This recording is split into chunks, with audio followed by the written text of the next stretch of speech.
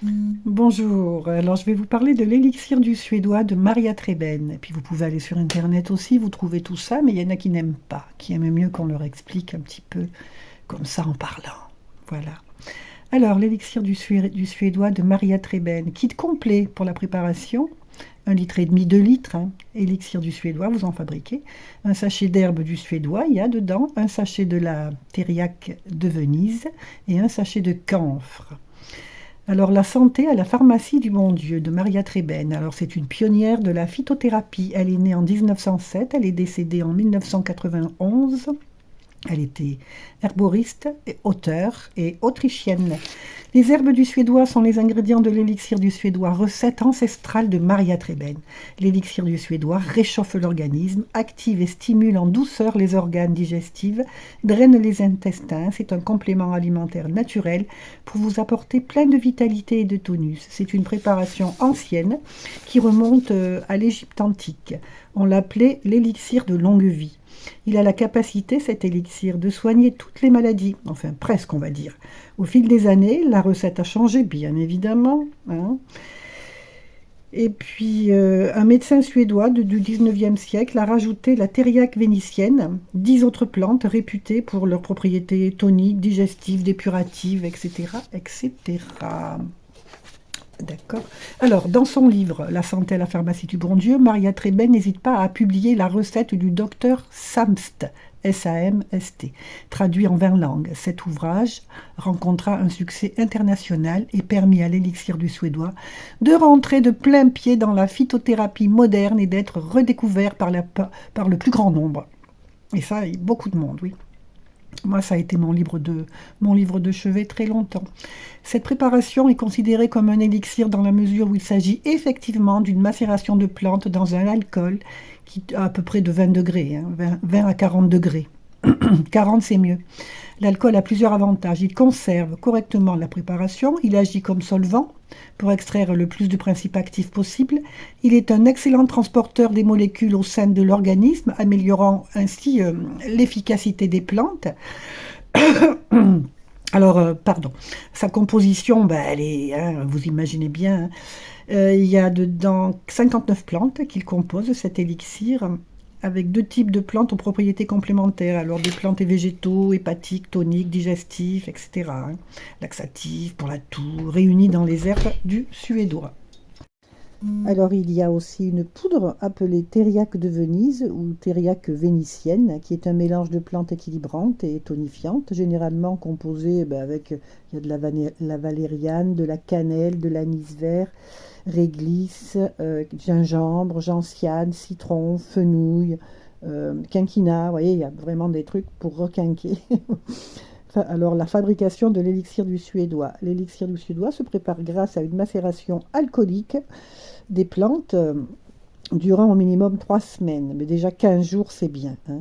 Cette préparation se fait de préférence dans un alcool de grain, comme la vodka par exemple, ou comme je vous ai dit tout à l'heure, 20 ou 40 degrés. J'achète de l'alcool de fruits, moi. La macération devrait être placée au soleil ou à proximité d'une source de chaleur, comme un radiateur. Il est important que les plantes ne dépassent pas la surface. Ben voilà, hein, vous comprenez bien qu'elles ne s'oxydent pas. Puis vous remuez chaque jour jusqu'à la fin du temps. Après, vous filtrez, vous transvasez dans des petits flacons, etc. Et puis vous placez ça au sec, à l'abri de la lumière. Moi, j'en ai partout, hein. Les enfants en ont aussi. On boit une cuillère à café quand on n'est pas bien, quand on est barbouillé, ou alors on fait des cures. Voilà, il se conserve tout seul. Vous n'avez pas besoin de le mettre au réfrigérateur. Vous pouvez le garder de nombreuses années. Évidemment, il y a des contre-indications. C'est toujours pareil. On est obligé de les dire, hein, voilà. Qu'est-ce que je peux vous dire d'autre sur cet élixir? Il peut être employé pour plein d'usages, internes comme externes, même si on vous dit qu'il ne faut pas le prendre en interne, en pharmacie maintenant, c'est faux. Moi, ça fait plus de 30 ans que j'en prends, alors continuez et n'ayez pas peur.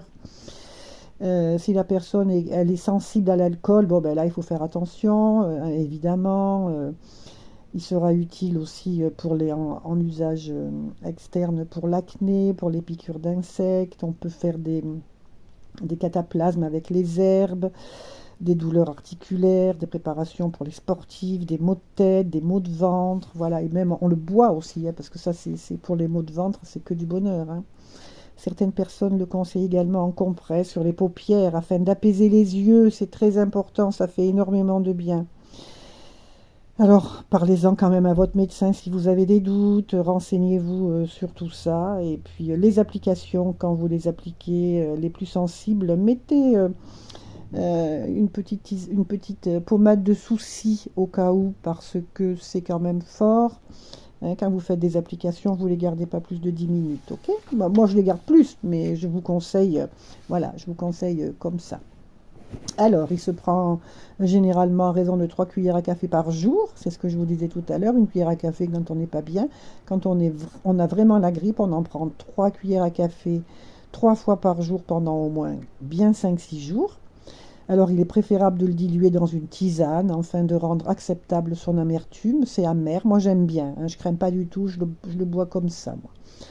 En cas de repas trop copieux, c'est vraiment que du bonheur. Alors, il y a des contre-indications, comme je vous ai dit, ben voilà, parce qu'il y a certaines plantes, alors chez les enfants de moins de 12 ans, durant la grossesse, l'allaitement et en cas de tension artérielle trop faible. La présence de camphre le contre-indique également en cas de trouble cardiaque. Mon mari est cardiaque, il en prend. Il en a toujours pris et voilà, et ça lui fait toujours, et ça ne lui a jamais fait du mal. Mes petits-enfants en prennent aussi. Ma belle-fille étant enceinte, elle en a eu pris jadis. Enfin bref. En usage externe, ne l'appliquez pas sur une plaie ouverte, dans les yeux, les muqueuses et chez les personnes ne pouvant pas utiliser en usage externe, etc. Voilà, si vous avez le moindre doute, vous n'hésitez pas à en parler à votre médecin. Soyons vigilants et prudents, surtout par les temps qui courent. Ne prenez aucun risque, mais vous pouvez avoir confiance, ça date depuis des temps très anciens, il n'y a jamais eu de soucis, alors pourquoi il y en aurait maintenant? Mais bon, je vous souhaite le meilleur, que du bonheur à vous tous, à vous toutes et à vous tous.